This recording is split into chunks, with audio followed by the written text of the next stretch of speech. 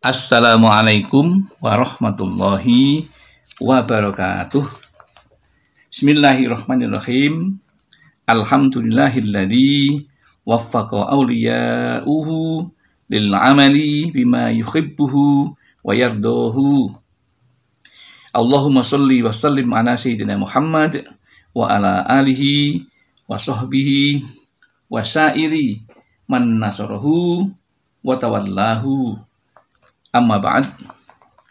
Jamaah Al-Fatih Channel dan sahabat YouTube yang berbahagia. Berbahagia sekali hari ini kita bertemu kembali dalam suasana yang sangat menyenangkan dan dalam keadaan sehat walafiat.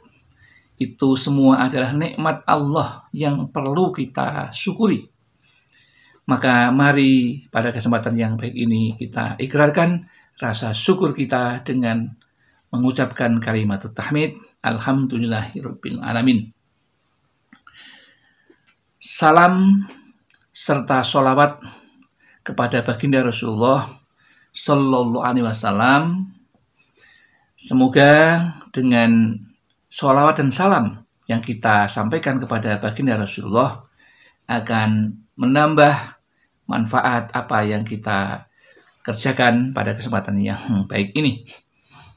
Selanjutnya ingin kami berbagi kepada saudara-saudaraku tentang ilmu yang kali ini dengan judul, nah ini dia 7 faktor penghambat doa yang tak disadari Anda lakukan. Lalu apakah itu yang kita lakukan itu? Nah, untuk itu perlu kita mencari sebuah rujukan. Ada orang mengadu kepada ahli hikmah. Katanya, kenapa doa kami tidak dikabulkan? Padahal Allah berfirman, berdoalah kepadaku, pasti dikabulkan.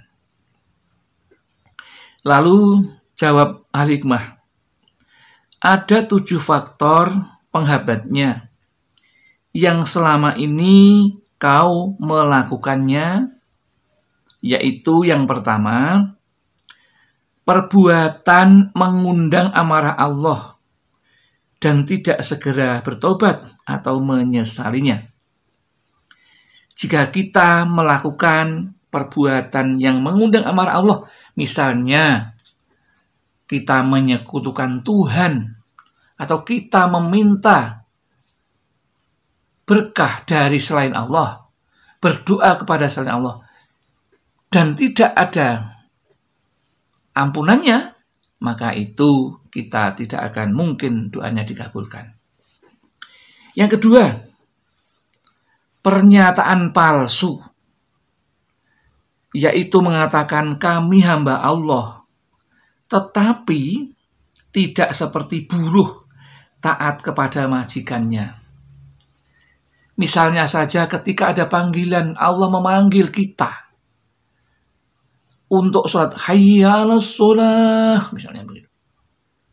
Tapi kita kadang-kadang menjawab saja enggan. Ada yang begitu. Apalagi mengerjakan sholat tepat waktu. Nah, jika demikian maka Allah akan marah kepada kita. Ya, itu kita namanya bersumpah pernyataannya palsu.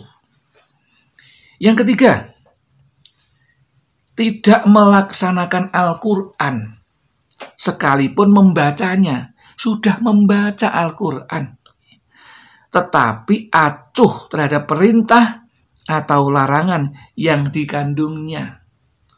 Misalnya kita tidak dianjurkan untuk banyak tertawa yang mudah, tapi kita sering tertawa-tawa yang melebihi batas. Dan itu akan menyebabkan hati kita menjadi keras, yaitu hati yang mati dan tidak bisa menerima ajakan kebaikan. Misalnya begitu. Ya, dan kita melarang. Larangan-larangan Allah itu kita langgar. Maka doa kita pasti tidak akan dikabulkan. Al-Quran menyarankan kita menyantuni anak yatim. Kita tidak pernah. Meskipun hanya sekali aja setahun, ada yang tidak pernah. Ya.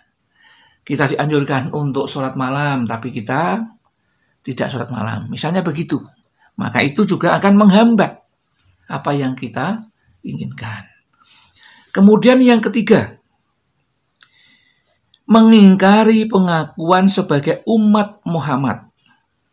Jadi mengingkari sebagai umat Nabi Muhammad.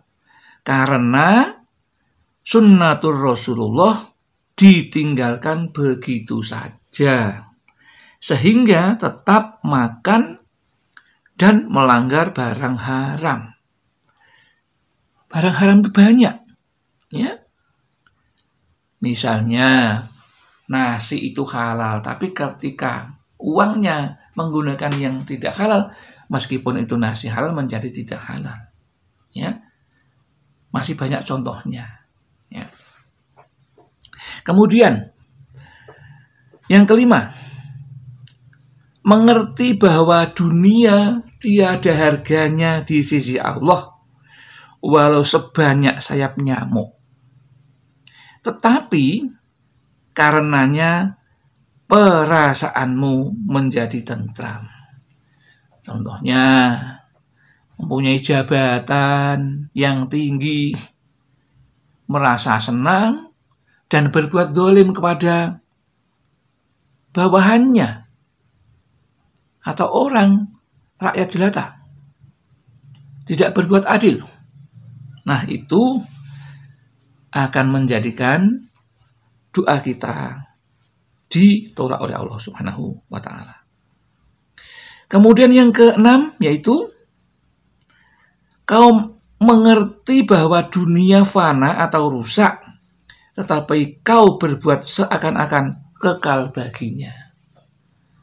Kembali lagi, misalnya ketika kita punya banyak harta, merasa senang, ya, tidak merasa bahwa harta kita itu tidak akan dibawa mati. Maka tidak pernah bersedekah, tidak pernah berinfak. Malah justru tanah saja sedikit untuk pelebaran jalan tidak pernah mau, bahkan marah-marah dan sebagainya.